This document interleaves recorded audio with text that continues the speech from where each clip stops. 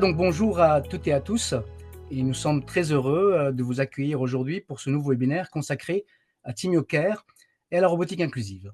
Avant de démarrer ce webinaire, voici quelques petits rappels. Le webinaire est enregistré et une vidéo sera disponible prochainement sur notre chaîne YouTube et nos réseaux sociaux, donc n'hésitez pas à la partager autour de vous. Vous pouvez poser vos questions dans le chat de ce webinaire, donc tout au long de la session, et nos intervenants se feront un énorme plaisir d'y répondre durant la session questions-réponses. Voici un aperçu rapide de l'agenda de ce webinaire, co-organisé avec notre partenaire UTEC et représenté aujourd'hui par Reynald Gaborio, qui animera cette session. Et donc, sans trop tarder, je lui laisse la parole pour se présenter et présenter nos intervenants. Quant à moi, je vous retrouve un peu plus tard pour les sessions questions-réponses et annonces. Voilà. Reynald, je te laisse la parole. Alors, merci. Bonjour, moi je suis Reynald Gaborio, je suis chercheur en neuropsychologie et directeur scientifique chez UTEC. Donc UTEC, c'est un organisme de recherche et de formation sur les médiations numériques. Donc d'abord, merci à toutes et à tous pour votre présence à ce webinaire qui est intitulé « Soutenir les interactions sociales et explorer la motricité des enfants et des adultes ayant des besoins spécifiques ». Alors, c'est vrai qu'on a l'habitude d'évoquer le robot Timio plutôt comme un objet éducatif pour former à la robotique, alors que la question qui va nous occuper aujourd'hui, elle est quelque peu différente, parce qu'elle est de savoir si un robot, et le robot Timio, peut constituer un appui pour l'accompagnement des personnes ayant des besoins spécifiques. Du coup, il y a d'autres dimensions qui nécessairement vont rentrer en jeu. Ce qui va importer ici, c'est de savoir si le robot, en fait, il peut constituer une médiation à la relation et s'il permet, en fait, aux professionnels de rendre le service qu'ils ont à rendre auprès des personnes qui les accompagnent dans le cadre de leur travail, qu'ils soient psychologues, rééducateurs, éducateurs spécialisés, enseignants, etc. Donc, à ce titre, en fait, chez UTEC et avec Paolo Rossetti, nous avons cherché à présenter un dispositif qui réponde en fait à ces exigences. C'est TeamioCare. Alors TeamioCare, c'est quoi? Très rapidement, c'est des séances clés en main, mais ouvertes en fait à l'appropriation de chacun en fonction de ce qui se passe dans la dynamique de la rencontre avec les personnes. Donc des professionnels ont accepté de tester TeamioCare, on les remercie vivement, comme on les remercie aujourd'hui de faire part de leur retour. Nous allons donc, dans un premier temps, avoir les retours de l'expérimentation menée en France dans un institut d'éducation motrice, et puis dans un deuxième temps, des retours d'expérience menés en Suisse et en Italie par Paolo Rossetti. Et donc, on va essayer de répondre à 3 questions essentielles. La première, c'est déjà de présenter les structures dans lesquelles ont été réalisées ces expériences. La deuxième, présenter comment ont été mises en place ces expériences. Et enfin, la troisième concerne les retours qu'ils peuvent faire de ces expériences menées dans les différents établissements. À la suite de ces retours, nous aurons l'occasion de pouvoir échanger autour de questions, comme l'a rappelé Romy. Et donc, pour débuter, je me tourne vers les professionnels de l'Institut d'éducation motrice que je présente rapidement. Donc, nous avons Mathilde Bazin, qui est psychomotricienne, Marion Higo-Briquet, qui est psychomotricienne également, Sabrina De Castro, monitrice éducatrice, Marie Monchamp, qui est enseignante spécialisée, El Pichon, qui est AES, et Andrea Rizzo, qui est ergothérapeute. Donc, première question, d'abord, est-ce que vous pouvez présenter déjà votre établissement?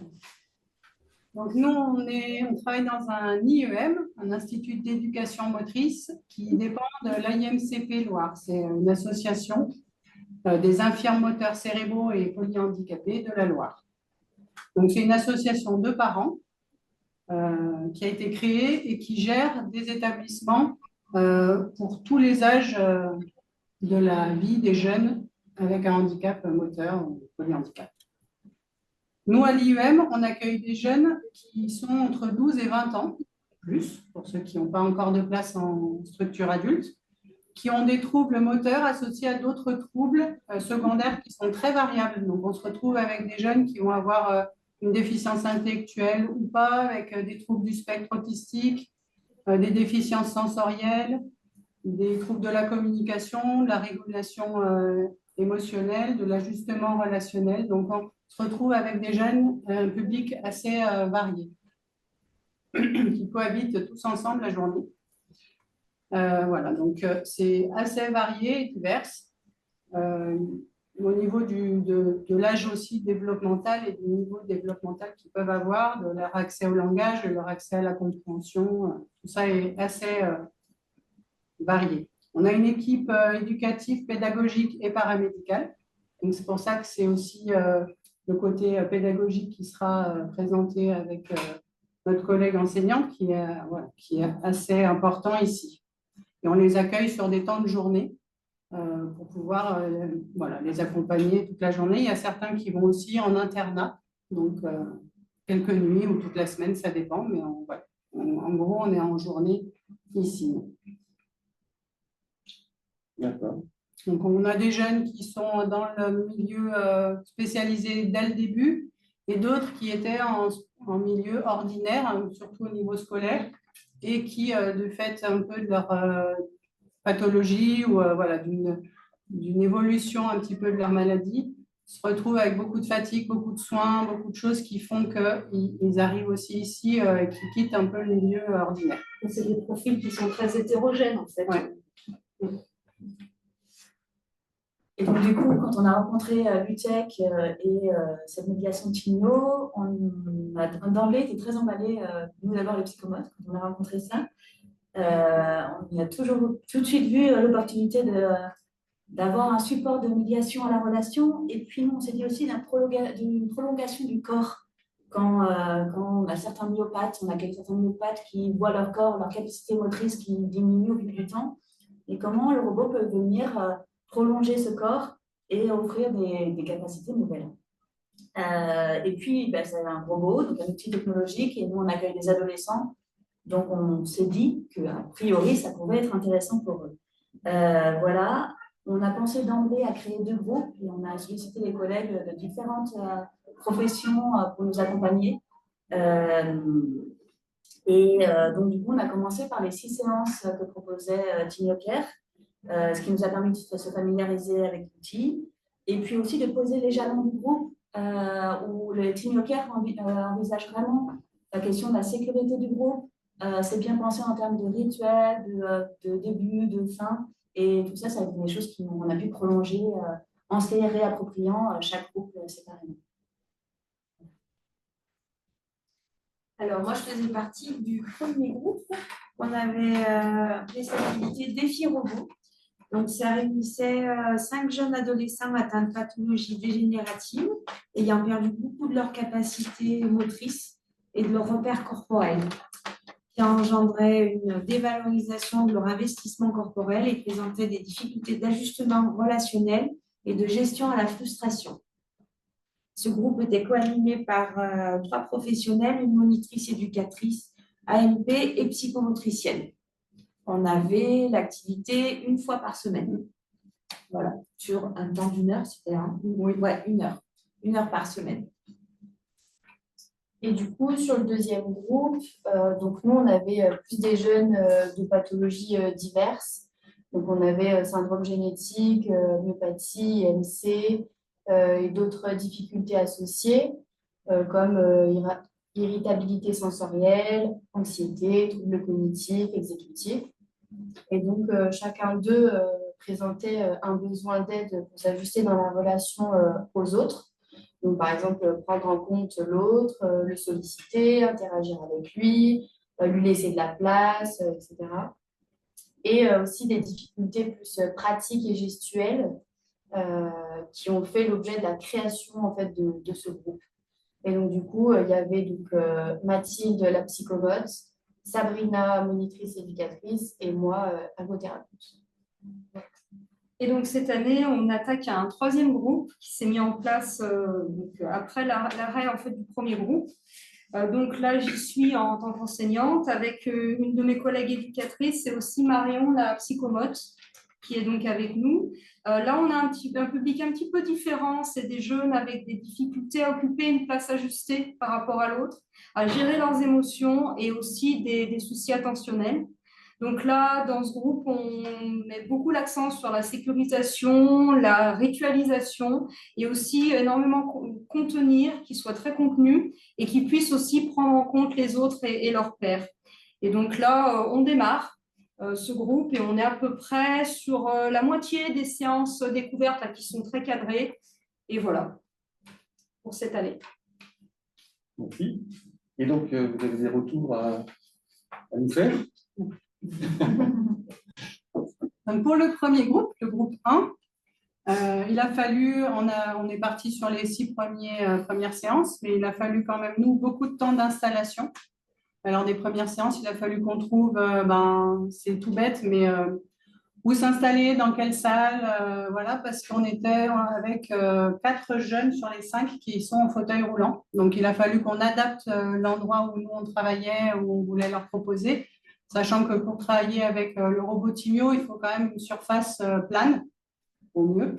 Et du coup, il fallait qu'on trouve quelque chose d'adapté pour eux et puis pour le robot.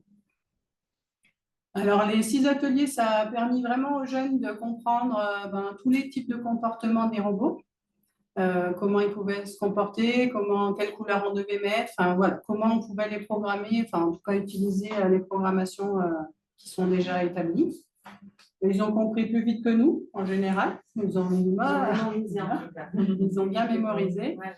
Et après, l'idée, c'était de trouver de nouvelles idées d'activités, de jeux, de défis, en tout cas, nous, à mettre en place pour faire bouger le robot, pour lui faire des choses, pour se faire des choses aussi entre eux. Donc, c'était un peu le but, nous, de notre groupe défi avec les robots. L'idée, c'était de leur proposer des expérimentations avec l'intermédiaire du robot. Donc, au niveau de leur corps, de pouvoir aussi réinvestir. Il y a des jeunes qui ont très peu de mobilité, avec juste un petit bout d'une main, un petit bout des doigts, très peu, des fois avec le bras, pas beaucoup. Donc, on a essayé d'adapter, de trouver comment pouvoir faire. Donc, voilà, la télécommande a pu permettre à certains de gérer des choses à distance. Puis on faisait souvent des retours à Reynald pour dire nous, par rapport aux jeunes qu'on a, il y aurait besoin de ci, il y aurait besoin de ça. Mais en tout cas, on a pu essayer de trouver un petit peu des jeux. Eux, ce qu'ils ont surtout fait, c'est on a essayé de construire des parcours pour le robot. Donc, on a fait aussi avec leur propre capacité motrice et aussi avec nos difficultés environnementales. Donc, on a fait avec des tables qui n'étaient pas planes et qui n'étaient pas la même hauteur. Donc, on a cherché ensemble des solutions pour pouvoir les faire monter, descendre, etc. Donc, ça, c'était assez intéressant aussi parce qu'il a fallu que tout le monde s'y mette et qu'on cherche des idées ensemble. Faire aussi des petits circuits au robot où ils devaient faire tomber des objets ou les éviter. Et donc, voilà, petit à petit, avec un temps imparti. Donc, il y avait aussi cette notion petit à petit de compétition un peu entre eux, d'arriver à faire plus vite que l'autre, etc. Donc, ça, petit à petit, ça s'est mis en place aussi comme ça. Ce qui nous a semblé intéressant dans ce groupe, c'est que le robot en lui-même, ça lançait un défi au groupe. Donc, il y avait ce côté-là, comment on va pouvoir faire avec ce robot qui ne veut pas faire au moment où il voulait faire un match de foot avec 2 équipes et 2 robots, et on n'a pas pu parce qu'on ne trouvait pas 2 modes qui pouvaient aller ensemble. Voilà, donc ça nous a lancé des défis. Les jeunes, ils ont cherché, on a essayé, puis on n'a pas trouvé. Mais d'autres fois, on a pu trouver. Donc, c'était intéressant. Ça a favorisé d'abord de l'entraide, un peu de la coopération, puis un peu de compétition. Et puis, ça a favorisé de toute façon une dynamique de groupe. Le fait de se retrouver tous chaque semaine à une heure précise, commencer un petit peu tous pareil, par faire bonjour, par faire les mêmes choses. On a été moins sur ce groupe-là, on n'a pas suivi tous les rituels qui sont proposés par Team Yoker parce que les jeunes qu'on avait n'en avaient pas besoin. Mais ils ont voulu garder les temps de quiz, ça c'était important. Voilà, en fonction des séances, on savait ce qui existait et ils pouvaient dire ce qu'eux voulaient utiliser ou pas. Donc voilà, pour notre premier groupe. Merci. Dans le deuxième groupe, on a commencé par se familiariser avec le robot avec 6 premiers ateliers. Et ça a été important parce que nos jeunes, on ne s'y attendait pas, mais ça n'a pas été simple de s'approprier ce robot-là parce que c'était un peu inquiétant, ce support qui était mouvant. Pour certains, qui était imprévisible, ça a pu être un peu inquiétant. Et pour d'autres, juste, ça ne correspondait pas à leur représentation d'un robot parce qu'il était incomplet pour eux. Sachant que pour eux, le robot, ça devait avoir une forme humaine. Donc, il a fallu qu'on s'adapte à ça, qu'on recrée des choses à partir de là. Et du coup, dans nos créations, dans les jeux qu'on a développés petit à petit, qu'on a co-créés nous avec les jeunes, on s'est mis à utiliser beaucoup le robot dans un mode où il suivait, où on le guidait pour aller d'un endroit à un autre. Et on a beaucoup travaillé sur les espaces de chacun dessinant son propre espace. Je ne sais pas si vous pouvez faire passer des images, des photos où il y a les... Oui. Et donc, du coup, chacun avait dessiné sa maison et on passait d'une maison à l'autre et on marquait le passage en mettant un crayon dans le robot qui permettait de marquer les passages. Alors là, c'est une photo où, je ne sais pas si vous voyez, il y a des éclairs, il y a un gendarme, il y a un cactus, il y a un fantôme. Donc, il fallait pouvoir aller du trésor qui était au milieu, au centre, dans la caverne, jusqu'à nos maisons pour transporter les trésors et sans passer par les pièges, la pluie. Voilà. Chacun avait imaginé ce qui était pour lui un piège sur le parcours. Donc, il fallait guider le robot à travers ce passage-là. Donc, voilà. Donc, beaucoup de créativité qui était stimulée en même temps. Et donc, on a fait beaucoup de jeux. Ça permettait aussi de travailler évidemment les compétences pratiques pour guider le robot. Et puis, se tourner vers les autres pour, quand j'arrivais pas à aller assez loin, demander de l'aide, demander à l'autre comment faire. On a vu de la coopération naître dans ces jeux-là. Et puis, il a fallu pour eux vraiment aller jusqu'au bout, c'est-à-dire créer un vrai robot. Ce n'était pas possible de ne pas avoir un robot humain. Donc, au fil des séances, on a travaillé aussi sur le schéma corporel en créant un robot. Donc, vous pouvez passer l'image. Notre robot, voilà. Il en est là. Il a encore grandi. Il a pris un nez et une bouche depuis. Au fil des séances, il a avancé. Ouais, je peux montrer le vrai robot aujourd'hui. Voilà. Il montre le bout de son nez. Et il tient, il avance, il peut bouger. Pour l'instant, il n'a pas encore vécu des aventures, mais on est à la deuxième année du groupe et c'est un peu l'objectif, c'est de l'animer sur ce robot ensemble, en créant ensemble une histoire. Donc, ça va être la suite de notre groupe. D'accord, merci. Il reste un minute. Alors, le groupe 3, donc nous, on attaque. Donc, du coup, on est vraiment sur la découverte du robot Timio et de toutes les fonctionnalités qu'il peut avoir. Ce qu'on a pu observer tout de suite, c'est que pour certains jeunes, le côté imprévisible, ça a pu susciter vraiment des émotions un peu fortes. Mais après, ils peuvent avoir le contrôle en utilisant aussi la télécommande. Donc, ça a pu poser un peu les choses. Donc, voilà. Donc, dans ce groupe, comme on a dit, un rituel très important pour marquer le début, pour se dire bonjour, pour arriver, pour se poser dans le groupe. Et puis aussi sur installer, faire dérouler la séance, ranger la séance. Donc là, on est vraiment en train de poser nos jalons, de tout installer sur ce nouveau groupe-là. Et donc, moi, en tant qu'enseignante, ce que j'en attends, donc, c'est surtout favoriser les interactions sociales et langagières entre les jeunes, de manière à avoir un prétexte, en fait, à coopération, à discussion, et puis à se mettre en activité à la fois sur le plan explicite, mais aussi d'aller chercher des choses plus fines au niveau de l'implicite et des choses au niveau du second degré. Et puis, tout ce qui va être aussi la tâche complexe. Et puis pouvoir s'organiser alors par biais du jeu, mais dans une tâche quand même assez complexe.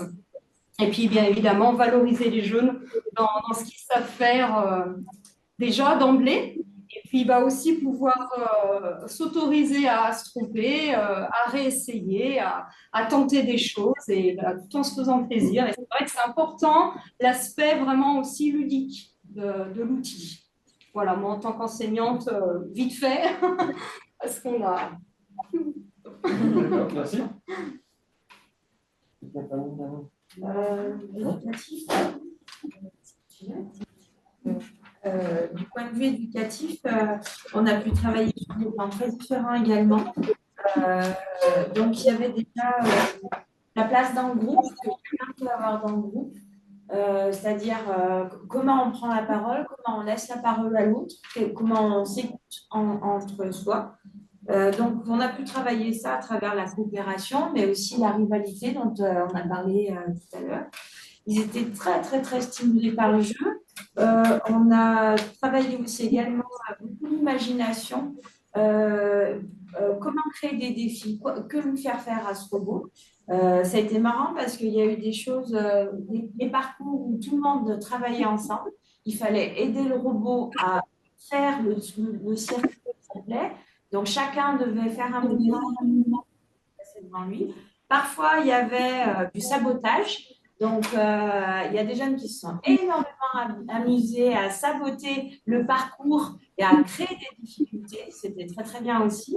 Il y a eu des jeux de, alors pas de rivalité, mais où on a mis en place un timing. Il fallait qu'il fasse tomber des caplas avec la télécommande. Et donc, du coup, il y avait un petit peu le challenge de combien de caplas ils arrivent à faire tomber en 2 minutes. On avait mis des objets à ne pas toucher également. Donc, ça leur a vraiment beaucoup plu et ça les a vraiment stimulés. Après, ce groupe, c'était donc le groupe 1, ils avaient quand même des difficultés au niveau de la mobilité, donc on a dû utiliser des objets extérieurs, on a utilisé une main télescopique pour pouvoir qu'ils aient plus de champ d'action. Et la télécommande, voilà, elle avait le fait que ce ne soit pas un joystick, ça avait un petit peu. Mais c'est toutes les choses sur lesquelles on a pu échanger avec, au fur et à mesure de l'année. C'était très intéressant et les jeunes ont pu vraiment faire part des situations qui se trouvaient en difficulté. Donc, très positif. Merci. Ergo. Ouais. Du coup, sur le point de vue ergo, ce qui était intéressant sur l'année dernière, c'était de voir de la progression vraiment sur l'autonomie dans les tâches ritualisées avec le robot, comme j'allume le robot, je l'éteins, je change le mode, etc. Ça stimulait aussi les fonctions exécutives. Par exemple, la planification, suivre une séquence de mouvements dans l'ordre, l'inhibition à son tour, appuyer sur le bon bouton pour allumer plutôt que pour l'éteindre. Voilà. Aussi au niveau pratique, donc là, c'était vraiment de mémoriser des séquences gestuelles et en fait de les reproduire par la suite. Voilà, on faisait aussi utiliser beaucoup d'objets, donc cônes, caplas, voilà, pour pouvoir attraper des gestes, des choses. Et puis après, on a travaillé la motricité fine. Donc, c'était positionner les caplas, appuyer sur les bons boutons, débouchonner un stylo, le mettre dedans, etc. Et c'est pas simple. Et c'est pas ça. Bimanuel, donc voilà, faire passer des objets aux copains. Et ça a permis aussi au niveau de la coordination œil-main de vraiment que les jeunes puissent suivre quelque chose. Et quand on remarque dans d'autres activités, ils ne le font pas forcément. Ils peuvent faire des choses sans regarder. Et là, ça leur permet vraiment de suivre le robot et d'avoir vraiment une attention particulière sur le robot. Et donc, du coup, forcément, sur leurs mains. Et sur les autres. Et sur les autres. Ah oui. Merci beaucoup. Donc, c'était très riche. Je pense qu'il y a beaucoup de questions. Comme on disait, peut-être les questions, on verra après le retour d'expérience de Paolo. Donc, je vais laisser la main à Paolo Rossetti, qui est donc en Italie et en Suisse, et qui est créateur en fait de Robotiamo, qui travaille avec nous sur TeamioCare. Donc, Paolo, je te laisse présenter tes retours d'expérience. Bonjour à tous, je suis italien, je m'excuse d'avance pour mon français. J'ai étudié au collège et cela fait 40 ans, pardonnez-moi. Share the screen. Okay.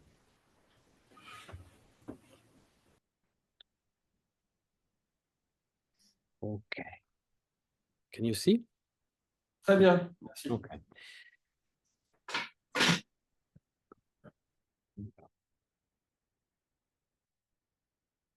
OK, je pense que le véritable succès de l'utilisation de la robotique auprès de personnes handicapées âgées se mesure concrètement en observant les yeux brillants et les rencontres des participants et des opérateurs afin d'une rencontre. Dans les écoles où a utilisé Timio, j'ai constaté cet enthousiasme, mais pas toujours et souvent pas chez les enseignants qui voient dans cela une charge de travail supplémentaire s'ajoutant aux 1000 problèmes quotidiens et aux craintes d'une indication. Au contraire, dans les jeux et dans les moments de voir une petite voiture se colorer et bouger, on s'active et on peut mener des programmes de stimulation cognitive et physique sans même se rendre compte.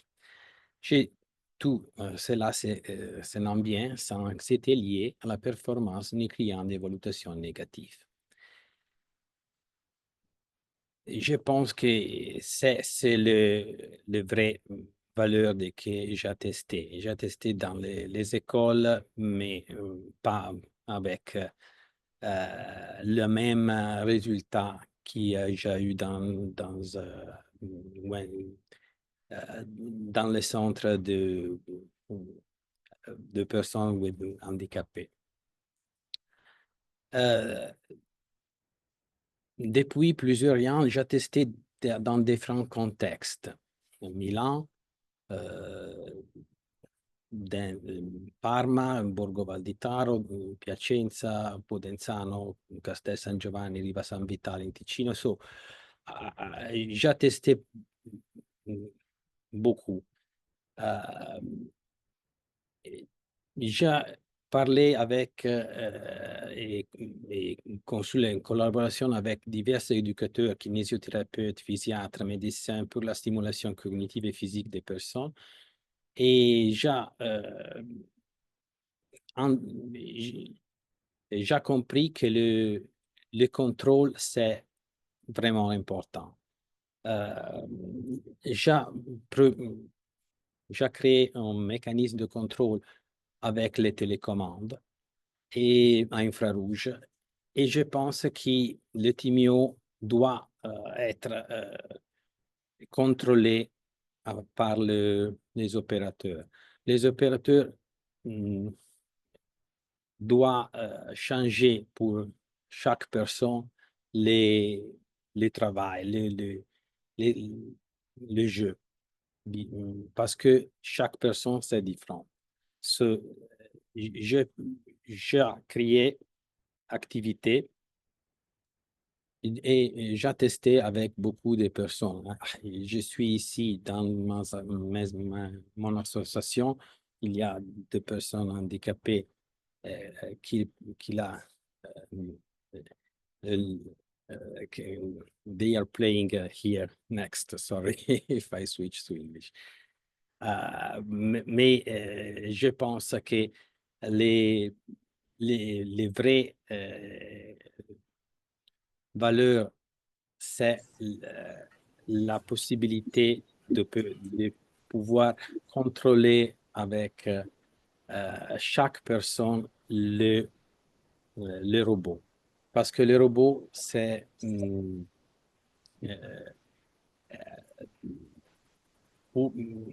compliqué pour 100 personnes, mais pour d'autres, c'est très facile. On doit développer des jeux qui a la même qui est capable de intéresser chaque personne. Dans cette expérimentation, vous pouvez voir qu'il y a testé avec plusieurs de personnes. J'ai testé avec éducatrices professionnelles, avec des physiatres, avec des médecins et j'ai développé les activités avec ces personnes. Ronnie, if my French is so awful, just tell me and I will switch to English. Pour info, donc en fait, Paolo a souhaité partager son texte en français que vous voyez en bas, justement pour fluidifier la communication. D'abord, j'ai commencé par adapter certains programmes qui m'avaient marqué et qui fonctionnent bien avec les jeunes. as you can see here. Puis j'ai analysé leur fonctionnement dans les différents contextes avec les différents niveaux de compétences dans différents centres. In this situation, when I was playing in Podenzano with this old person, she is always angry with people, and she was so happy that she kept the balloon for, let's say, about more or less 20 minutes, playing with this balloon with Timio on the top, just to give you.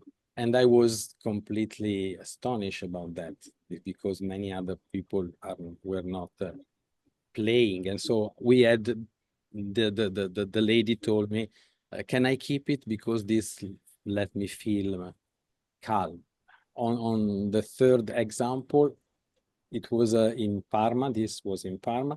And we have this, we were not able, so this person dressed with this holding the ball, this person basically never moves. So they asked me to invent something to let him move from his chair somehow, and he played with that. And also was able to, the other big problem is I had some task to help, so the hands were really cold. So we need to find games that help me to move the fingers. Alors, nous avons donc Herman qui a partagé le site de Paolo Rossetti. Pour plus d'informations sur ses expériences, n'hésitez pas aussi à cliquer sur le lien pour plus de détails. Voilà, merci beaucoup Herman. Ici, j'ai expérimenté un jeu collaboratif. J'ai testé plusieurs des jeux collaboratifs. Je pense que c'est that's where I spend most of my energy on. Cooperative and collaborative games are, from my perspective, where Timio can have its best, can do its best. Because, for instance, this game, it's pretty easy. You have to move the plaque. So Timio moves. I had to program Timio that moves very slowly for people that are very elder or that do not fall down if the plaque are not placed properly. So Timio is programmed to follow the line, but if there is no more line at the end, it doesn't follow. It stops and starts to somehow make some noise, so that you have to you understand that he wants some more road, and you have to collaborate to share to move the road, to create the road. You have just 3 plaque with several people, so you have to collaborate, and it's a very fun game, and I played with every kind of people, and it works very well from my perspective. I tested with different people also on wheelchair, and with interaction of very different. So I think it works for basically anyone. J'ai expérimenté différentes variantes de même programme et j'ai testé les mouvements. I show you a few pictures here. I can't show you video because in the video there are some people that we do not have the rights to show the faces. So sorry for, but I tried to do some situations. So this is a collaborative game where Timio follows a line, but I put some other tools to help them create a challenge where they need to collaborate. So there are different colors. Each person has a different color, and each person needs to do different tasks. So and let's say you can see the faces. I mean, I think that those are speaking much more than what I can. Usually, I work with always with a person that knows these people and works every day with these people. So they tell me after a few times that we work together what they need, and I try to use the different programs that I have created for this. I will. This is also another important consideration. So ici, il y a 5 comportements like similaires à Bebop ou le classique one step, another step, and you turn. So you have to reason about the movement that you have to program in order to reach a goal.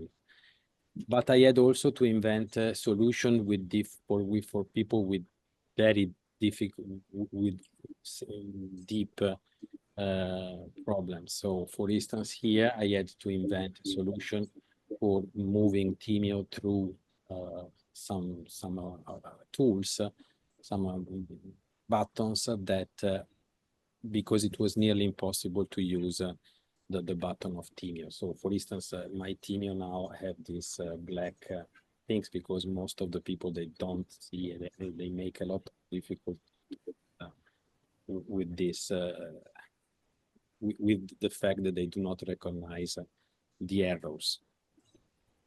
So I had to invent this type of solution also. This person that you see here, I mean, he has a special, I mean, he is a kind of secluded inside his head. So when he has at least 7 or 8 seconds of delay, so you tell something and after 8 seconds, you get a feedback from this person. And when he starts a movement, it takes again several seconds to act. So it was extremely complicated for him to play with these other people because there is this big delay in movement and in thinking, but he was understanding everything. So he wanted to play. He showed us that he wanted to play, and we created a system. So with the different color, he was able to move through the labyrinth, and he succeeded. He succeeded by choosing the right sequence of color to let the Timio out of the labyrinth. So really impressive. I have several others, at least hundreds of pictures too, but we have limited time, I know. En Suisse, j'ai testé la stimulation, la collaboration stratégique. Okay. Je voudrais montrer même d'être en Suisse, dans les cantons de Tessin, grâce à Lucio Negrini, responsable du département de formation des adultes de la SUPSI, c'est-à-dire la faculté qui prépare et certifie les compétences des enseignants du canton de Tessin.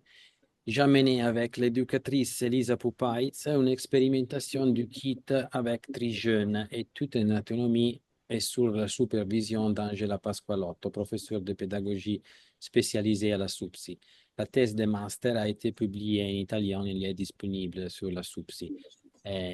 Vous pouvez trouver la thèse et vous pouvez translater avec type le contenu et vous pouvez lire ce que j'ai dit. Mais pendant 12 semaines, Elisa a testé une série d'activités, mon activité, afin d'évaluer leur utilité, de fournir des indications sur l'efficacité du kit à l'Istituto Canisio de Riva San Vitale dans le Tessin. So, les résultats, je reporte les résultats dans cette diapositive et you can, Nous partagerons la présentation avec l'ensemble des participants. Voilà, Okay. donc nous partagerons en fait cette étude. So A1, A2, blah blah blah. All those are the code name. So those are set sur le code de mon activité collaboratif ou compétitif. Et ici, il y a les lanceurs des anneaux. Faites attention, here this game you have to keep to memorize the sequence of colors, and I can change the sequence, the time that each color is also associated a note, so do, re, la, so on, and so you can make several exercise for the memory of the people. So they have to remember a sequence of 2, of 3, of 4, and 5, sequence of sounds. You can reduce the frequency of each color. So you can work a lot to improve the memory and the recording, and you can probe that after lesson or session after session, people get better and better. This third game is on the contrary, is a Tris cube. So it's a game that Tris that everyone plays, but you have to memorize the sequence to turn the Timio on and move on the proper on the free space in order to create. And you can play easily, or when it's really complicated, you can play with a person that has the ability of a chess player. So anyone can play. So I can play with a person with handicap, with a person that is without any handicap, and they can both have fun. À nouveau, donc, ces études sont toutes présentes sur le site de Paolo et seront partagées donc, et sont travaillées constamment aussi avec les équipes donc, de Paolo et EduTech. Paolo, je propose, si tu veux bien, juste peut-être une phrase, on passe directement à Reynald peut-être. Oui. Reynald.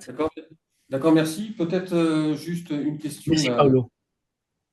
Merci, Paolo. Hein. Merci beaucoup.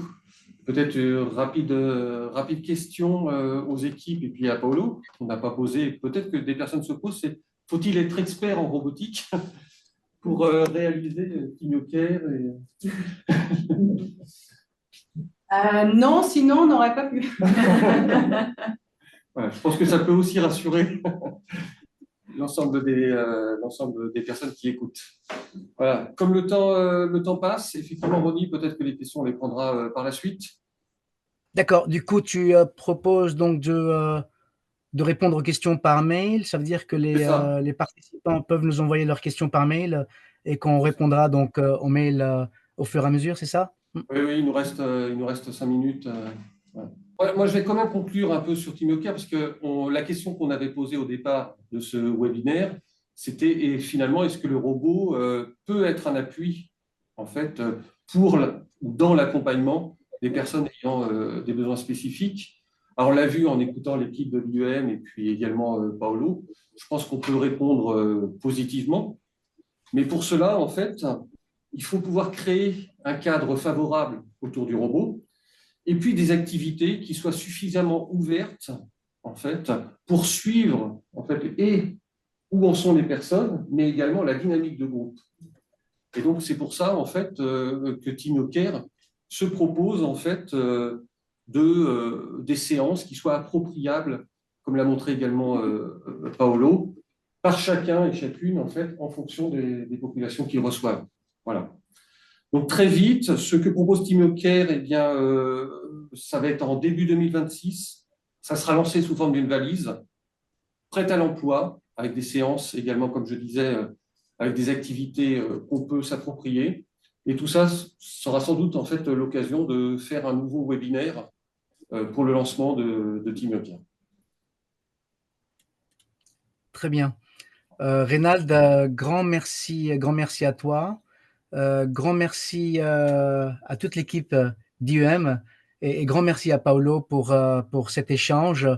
Je vous propose encore 2-3 minutes de mon côté pour la session annonce. Est-ce que vous voyez ma page? Très bien. Alors, attendez, voilà. Donc, rapidement, en fait, je souhaiterais commencer par notre prochain webinaire que nous avons annoncé lors de l'ancien webinaire, donc du mois d'octobre. Notre prochain webinaire aura lieu le mercredi 17 décembre et on vous invite tous donc à être présents. Ce sera en fait un webinaire festif et créatif autour des fêtes de fin d'année. Voici le QR code pour s'enregistrer et nous vous enverrons donc un mail d'invitation, comme d'habitude, à 2 semaines du webinaire, donc d'ici la fin du mois de novembre. Ensuite, et aussi encore un petit rappel sur notre programme d'ambassadeurs. Donc, nous sommes actuellement en train de finaliser les derniers détails et dès la semaine prochaine, nous allons commencer à contacter les personnes qui ont déjà exprimé, donc les enseignants, enseignantes qui ont déjà exprimé leur intérêt donc d'intégrer ce groupe. On aura l'occasion d'en parler rapidement lors du webinaire de Noël, mais nous avons un autre webinaire entièrement consacré à ce programme-là, qui sera organisé au mois de janvier. Et ce sera l'occasion donc d'échanger et en profondeur avec les anciens, on va dire les ambassadeurs pionniers, de partager leur retour d'expérience et de montrer concrètement l'intérêt de faire partie en fait de cette nouvelle communauté. Pour finir et pour terminer, je voudrais juste vous partager une petite nouveauté sur notre site timio.org dans la session donc assistance technique. Vous voyez l'adresse qui apparaît. Eh bien, cette session donc, a été un peu remodelée et nous avons entièrement retravaillé notre FAQ, donc notre support technique, on va dire, qui est passé désormais de 50 à 150 questions, couvrant différentes questions sur le robot, la connexion, la configuration, Timio Suite, Timio AI, Timio 2+, ainsi que l'ensemble donc des programmes, des langages de programmation. Alors, cela veut dire énormément de questions, sûrement des bonnes réponses, mais des fois aussi des difficultés à avoir la bonne réponse. Et pour cela, nous avons en fait, pour faciliter donc encore plus l'accès, nous avons intégré un chat intelligent, donc qui va vous permettre à partir de cette bulle d'ouvrir une fenêtre, donc la bulle Help, d'ouvrir une fenêtre, de poser votre question et le chat va analyser votre question et va vous répondre en quelques secondes en s'appuyant sur l'ensemble, de façon intelligente, sur l'ensemble de la bibliothèque technique. Donc, les réponses seront synthétiques avec des liens directs sur des détails correspondant à votre problème bien posé. Et nous pensons que ce système va vous permettre de réduire le temps de réponse, de réduire le temps de réponse d'habitude, il est de 24 à 48 heures pour vous répondre sur une question précise et désormais, il devient instantané à 95%. Donc, nous pensons vraiment que c'est un excellent outil qui va venir nous aider dans ce support. Pour le moment, ce chat est disponible uniquement en français, mais il le sera très rapidement en anglais dès la fin du mois de novembre et dans les autres langues d'ici la fin de l'année. C'est une version bêta, mais s'il vous plaît, testez-la. Elle est presque terminée et franchement, c'est rigolo parce qu'on a l'impression de chatter avec ChatGPT, mais dans l'environnement de Timio et c'est très sympathique.